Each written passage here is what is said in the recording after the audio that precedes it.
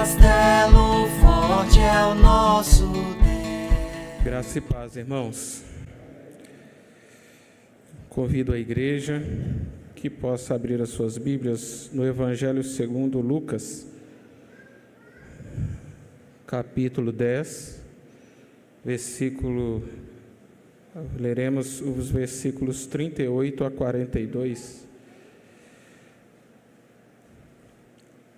Lucas 10, de 38 a 42, eu farei a leitura e os irmãos acompanham.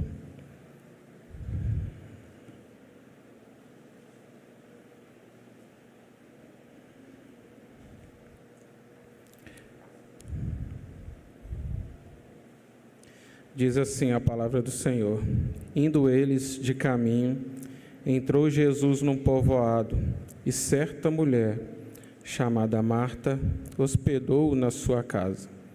Tinha ela uma irmã, chamada Maria, e esta quedava-se, assentada aos pés do Senhor, a ouvir-lhe os ensinamentos. Marta agitava-se de um lado para o outro, ocupada em muitos serviços. Então se aproximou de Jesus e disse: Senhor, não te importas de que minha irmã tenha deixado que eu fique a servir sozinha? Ordena-lhe, pois, que venha ajudar-me. Respondeu-lhe o Senhor: Marta, Marta, andas inquieta e te preocupas com muitas coisas. Entretanto, pouco é necessário, ou mesmo uma só coisa. Maria, pois, escolheu a boa parte, e esta não lhe será tirada. Vamos orar novamente, irmãos. Bondoso Deus, nosso soberano Pai, Pai Criador de todas as coisas, Pai que nos trouxe até aqui, te agradecemos, Senhor, por este momento, por este culto ao Senhor. E suplicamos, ó Deus, como o Senhor conduziu este culto até aqui, que o Senhor também venha conduzir, ó Deus, esta parte da mensagem do Senhor, ó Deus, usando-me como instrumento, ó Deus, do Senhor, para que a Tua palavra possa chegar aos nossos corações e realmente, ó Deus, trazer mudanças. Ó Deus, reconhecendo que o instrumento é falho, mas que a Tua graça, Deus, ela superabunda, mas que o Teu poder, ó Deus, é que nos capacita, é que nos conduz, ó Deus, a fazermos, ó Deus, conforme a Tua santa vontade. Ó Deus, que o Senhor possa nos iluminar no poder e na ação do Teu Santo Espírito, que o Senhor possa nos ensinar, ó Deus, através desta palavra que aqui já fora lançada aos meus irmãos, que desde já, ó Deus, nós reconhecemos e sabemos que ela já está falando aos nossos corações, e que o Senhor me ajude na exposição da Tua palavra. Em nome de Jesus, eu oro e te peço, hoje e sempre. Amém, Senhor. Irmãos, sabemos que este episódio de Marta e Maria, ele não é único na Bíblia, né? Nós vemos na Bíblia também outros episódios envolvendo Marta e Maria, com este personagem principal da Bíblia, que é Jesus. Nós também vemos Marta e Maria no episódio em que Lázaro morre, quando elas vão até Jesus. Nós também vemos o episódio em que Maria derrama o perfume caro sobre os pés do Senhor Jesus. E interessante vermos nestas passagens que o comportamento de ambas é muito parecido. Tanto Marta, quando se aproxima de Jesus na morte de Lázaro, é ela que vai ao encontro de Jesus. É ela que está ali preocupada e agitada com aquela situação e vai ao encontro de Jesus, assim como ela também está aqui nesta passagem. Da mesma forma, na passagem em que Jesus está reunido ali num jantar em Betânia, é Marta também que está servindo a refeição ali para Jesus, em que na mesa também está Lázaro. ressuscitado após 4 dias, né? E Maria, de forma diferente, já está mais contemplativa, né? Mais quieta. Lucas relata que após o episódio do Monte da Transfiguração, Jesus já demonstrava em seu semblante o cenário que o aguardava em Jerusalém. Nesse contexto que Jesus segue em seu ministério itinerante, seguindo para Jerusalém, já tensionado em ir. Então ele entra neste povoado, conhecido como Betânia, que fica ali a poucos quilômetros de Jerusalém. Jesus e seus discípulos chegam a este lugar, onde uma mulher chamada Marta abre a sua casa para recebê-lo. Visto que Marta recebe Jesus e seus discípulos, é provável que ela seja a irmã mais velha, aquela que tem a responsabilidade primária da hospitalidade. Marta e sua irmã Maria, que diferentemente tomam uma postura diante de Jesus, quando Jesus entra na residência, ela vai ao seu encontro para se colocar aos seus pés. Maria sabe que ouvir Jesus era uma oportunidade extraordinária. Afinal, não é todo dia que Deus entra em nossa casa, né? Maria toma assento entre os discípulos para ouvir os ensinamentos de Jesus, posição que para a maioria dos judeus na época considerava inaceitável para uma mulher. Não era costume uma mulher naquela época se colocar, se assentar junto com outros homens.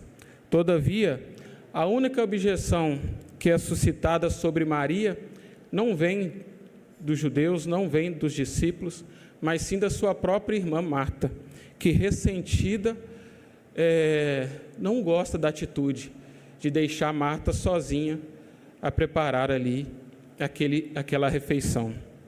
Então, Maria ignora toda a tradição e quebra a etiqueta social e chega mais perto possível de Jesus.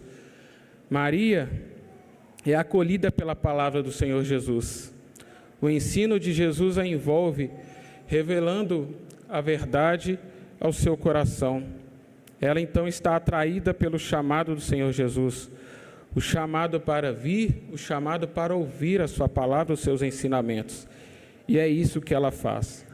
A palavra de Deus nos ensina aqui lá em Hebreus o seguinte: importa que nos apeguemos com mais firmeza às verdades ouvidas, para que delas jamais nos desviemos. E foi isso que Maria fez. Ela se colocou aos pés do Senhor Jesus para ouvir as verdades que ele tinha para dizer. Irmãos, esta oportunidade nós também temos. Jesus, ele não está aqui fisicamente, mas ele está espiritualmente. E nós podemos buscar ele também. Diferentemente, Marta estava distraída e preocupada com as preparações que devia fazer. Ela então veio a Jesus e perguntou, lá no versículo 40, Senhor, não te importas de que minha irmã tenha deixado que eu fique a servir sozinha? Ordena-lhe, pois, que venha ajudar-me. Percebam a indignação de Marta, que vem à tona contra Jesus, e ela então o acusa de não atentar para os seus apuros. Interessante que essa passagem aqui se assemelha também àquele episódio em que Jesus está num barco com os seus discípulos. Jesus dorme na polpa do barco e seus discípulos ali, por causa da tempestade que acometeu aquele barco, com medo, temendo que algo de mal acontecesse a eles, acordam o Senhor Jesus e também pergunta, mestre, não te importa que pereçamos? Marta também questiona Jesus, Senhor, não te importas que eu fique aqui a servir sozinha? Ordena-lhe a Maria que venha me ajudar. Olha a petulância de Marta, o atrevimento dela. Interrompe a reunião, certa de que Jesus ficaria ao seu lado. Ou seja, Marta estava errada, Maria estava certa. Preocupada ali com todos os seus trabalhos, era Maria que deveria estar lá para ajudá-la. Mas, irmãos, A prontidão de Marta em servir, ela é louvável. Jesus não condena o serviço de Marta, mas condena a sua escolha. Mas a sua distração e ansiedade assinalam uma luta interior, oriunda das prioridades mal colocadas. Foi o que aconteceu com Marta. Fazer a obra do Senhor não pode tornar um fim em si mesmo. Não é esse o objetivo. Os muitos serviços de Marta a privaram do tempo precioso com Cristo. Marta colocou o trabalho para Cristo no lugar da comunhão com Cristo. Em vez de aplaudir Marta, Jesus então age diferentemente. Jesus gentilmente a repreende, dizendo para ela que Maria havia escolhido a boa parte. Ou, como em outras traduções também vemos, Maria escolheu a melhor parte. No Salmo 62, versículo 8, ele nos convida também para fazer o mesmo, irmãos. A palavra de Deus nos diz: confiai nele, ó povo, em todos os tempos, derramai perante ele o vosso coração. Deus é o nosso refúgio. Com amor, Jesus repreendeu Marta, mostrando-lhe que a ansiedade e a inquietação das suas tarefas não eram mais importantes do que ouvir a palavra de Deus, do que estar na presença do Senhor, do que focar no Senhor Jesus. Ele viu a sua situação, compreendeu a sua queixa, mas a amava demais para lhe dar o que ela desejava. E Jesus amava mesmo a Marta, como também amava Maria e a Lázaro. A palavra de Deus nos exorta sobre isso, nos mostra isso, lá em João capítulo 11.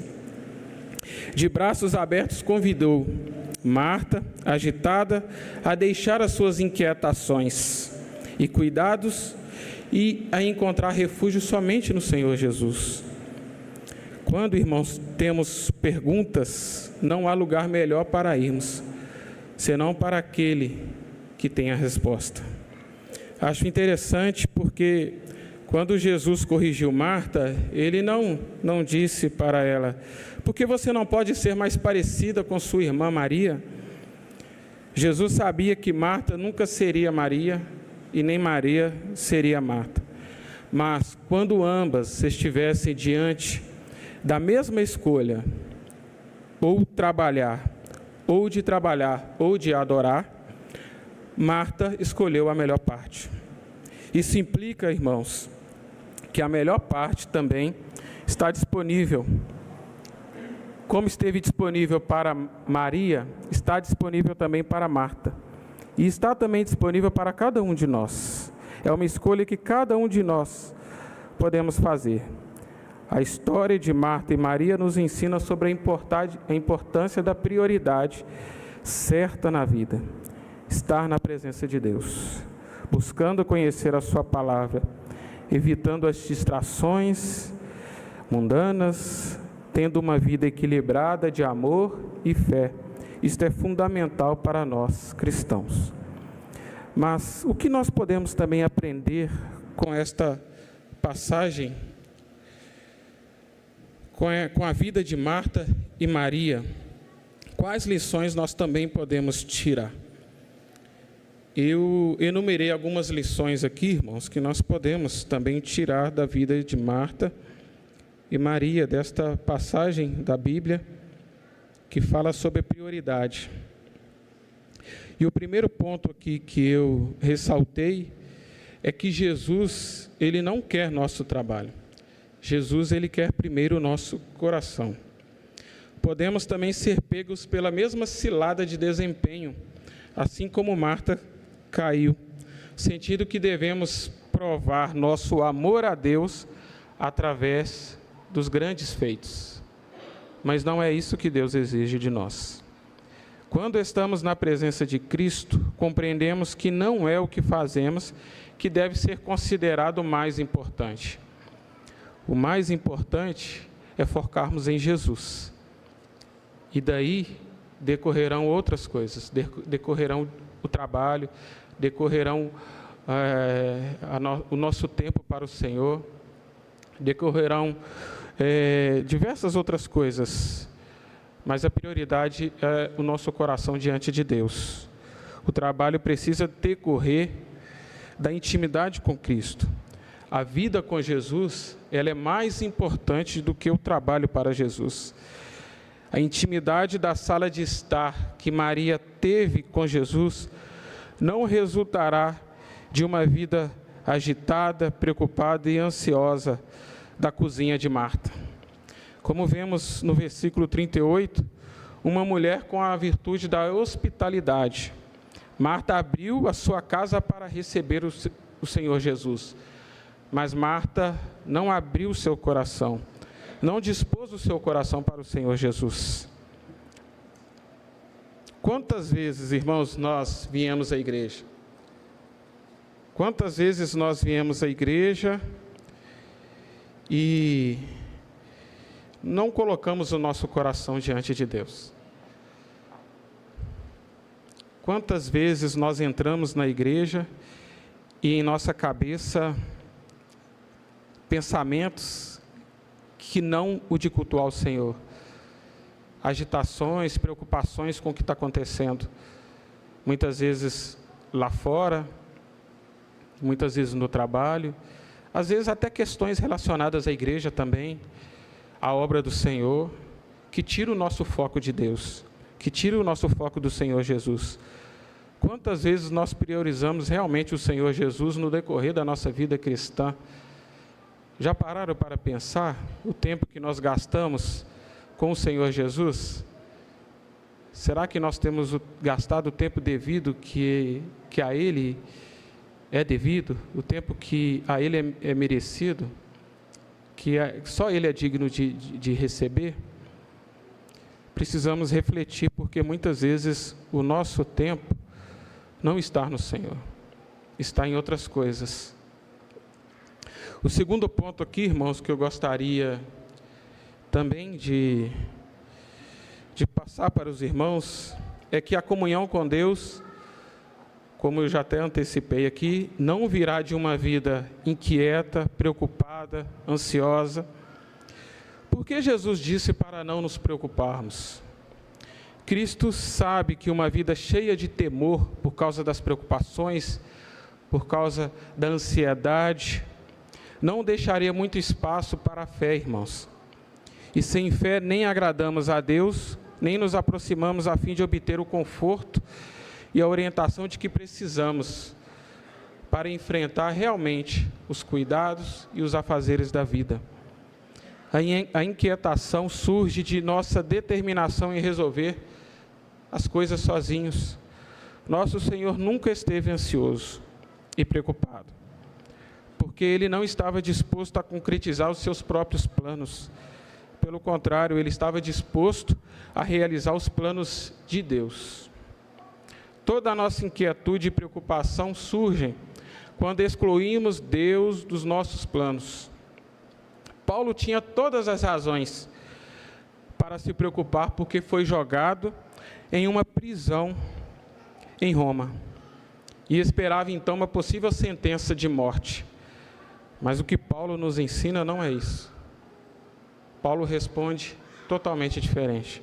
A resposta dele é diferente. Todavia, ao invés de ele escrever a carta que ele escreveu aos Filipenses, uma carta de lamento, de tristeza, ele escreve uma carta incrível, de alegria, porque ele estava em Cristo Jesus. Filipenses 4, 6 a 7 nos ensina, irmãos, o seguinte: não estejais inquietos por coisa alguma, antes as vossas petições sejam em tudo conhecidas diante de Deus, pela oração e súplicas, com ação de graças, e a paz de Deus, que excede todo o entendimento, guardará os vossos corações e os vossos sentimentos em Cristo Jesus. É desta paz que nós precisamos, irmãos. Não é das preocupações, não é da agitação, não é da ansiedade. Nós precisamos desta paz que excede todo o entendimento, que ela possa realmente habitar em nossos corações, assim como habitou no coração de Paulo, que em meio àquela situação adversa de prisão, com toda alegria escreveu a carta aos Filipenses. Terceiro ponto, irmãos, que eu gostaria de compartilhar também com os irmãos. Não desvie seu olhar de Jesus. Não deixe que a distração tire o seu foco. Em todo o tempo, Satanás recorre, irmãos, a táticas para derrubar os seus servos. E não são situações mirabolantes que ele planeja. A sua estratégia, ela é simples. Desviar o olhar das pessoas em direção a Deus e voltá-lo para as circunstâncias. É isso que Satanás faz. Fazê-las acreditar que sua felicidade depende dos acontecimentos ao seu redor. Foi isso que aconteceu com Marta. Ela estava focada ali nos acontecimentos, nos seus afazeres, e ficou frustrada, porque não conseguia ter ali a companhia da sua irmã, porque havia escolhido a melhor parte. E quando estivermos completamente frustrados e desanimados, porque não alcançamos nossos objetivos, dizer que Deus não se importa. Marta estava tão preocupada com as tarefas domésticas que perdeu de vista a presença do Senhor Jesus. Isso pode ser aplicado à nossa própria vida, quando muitas vezes nos distraímos com tarefas e preocupações diversas. Muitas programações, inclusive programações da igreja também, podem também tirar o nosso foco do nosso Senhor Jesus. E deixamos de prestar, então, a devida atenção às coisas que são importantes. Primeiro, as primeiras coisas, irmãos. É por aí que Satanás geralmente começa. Ele sabe que se estamos excessivamente preocupados, ansiosos e atolados em muitas obrigações, muitos serviços, como Marta estava aqui ocupada em muitos serviços, como diz o versículo 40, ele sabe que se estamos excessivamente preocupados com isso, há boa chance de nossos corações não ouvirem o chamado do Senhor, não perceber a presença do Senhor Jesus. Por isso a necessidade de escolhermos a boa parte. Jesus não está presente aqui fisicamente, mas espiritualmente sim. E quando podemos recorrer a Ele? Quando podemos chegar aos seus pés? Pelos meios de graças que o Senhor deixou. E quantas vezes falhamos nisso? Quantas vezes não oramos? Quantas vezes não lemos a Bíblia? Quantas vezes não meditamos? Eu lembro que o pastor Reginei algumas vezes pregou e no estudo bíblico sempre nos exortava a meditar na palavra do Senhor no decorrer da semana. Ouvíamos a palavra do Senhor aqui no domingo, no culto, e ao sair daqui, muitos nem lembram mais o que foi dito na pregação. É como se fosse aquele costume do boi e da vaca, aquele processo de ruminar o alimento. É isso que nós devemos fazer com a palavra do Senhor e com a meditação. E mastigando lentamente e engolindo a palavra do Senhor. E nós muitas vezes não fazemos isso. Devemos buscar então esta vida de oração, irmãos. Buscar a leitura e o estudo da Bíblia. Hábitos que devem estar presentes em nossa rotina diária. Quarto ponto, irmãos, o perigo da dúvida. Ainda que Marta tivesse sido a primeira pessoa a perguntar para Jesus, Senhor, não te importas? Ela não foi a última. Muitos de nós também questionamos o Senhor. Muitos de nós também, por vezes, duvidamos da bondade de Deus. Quantas vezes a incerteza tomou conta do nosso coração, em virtude de situações difíceis que enfrentamos, que passamos, e perguntamos para o Senhor, Senhor, não te importas? Não é preciso, irmãos, uma tragédia para duvidar do amor de Deus. A dúvida ela vai crescendo devagarinho, tão traiçoeira quanto perigosa.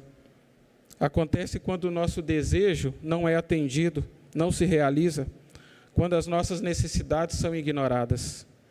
Ora, a dúvida em si não é pecado. Recentemente nós ouvimos um estudo do pastor Rendel que ele disse que muitos cristãos têm a dúvida com relação à salvação. Isso não é pecado. É simplesmente um pensamento ou um sentimento que surge, quase que de forma involuntária. Mas o problema é quando persistimos, é quando a dúvida se aloja em nosso coração por tempo suficiente, que aquela pequena dúvida pode se tornar um grande problema. Uma dúvida não esclarecida pode transformar-se em incredulidade, como podemos ver em alguns exemplos da palavra do Senhor. A incredulidade que derrubou Judas.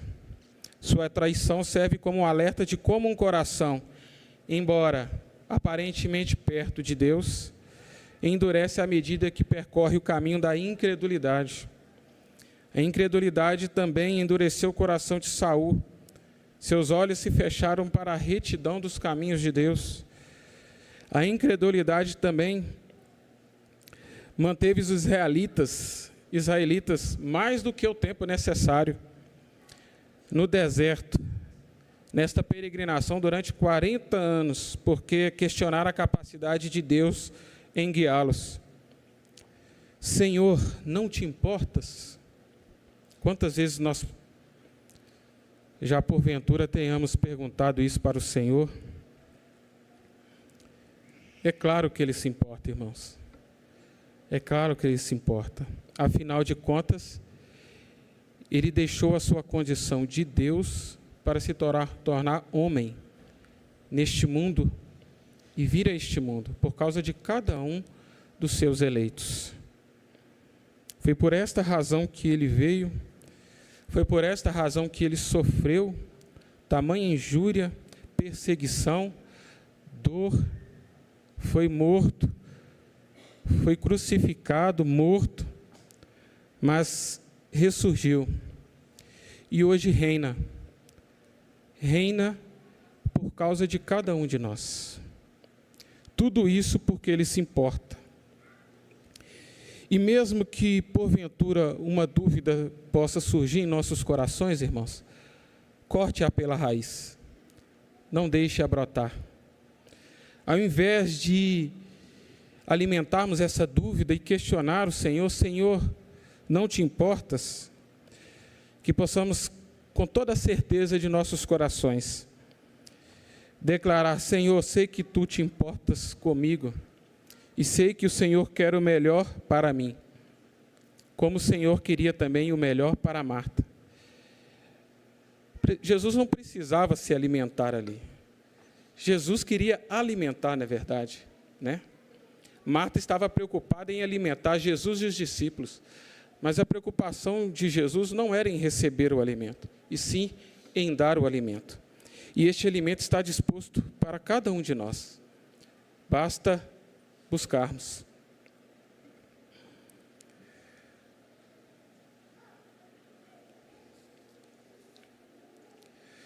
O quinto e último ponto, irmãos, é sobre a escolha de Maria. Priorizar a melhor parte. Muitas vezes nos envolvemos em muitas coisas e nos esquecemos do que realmente é importante. Estar na presença do Senhor Jesus deve ser a nossa prioridade.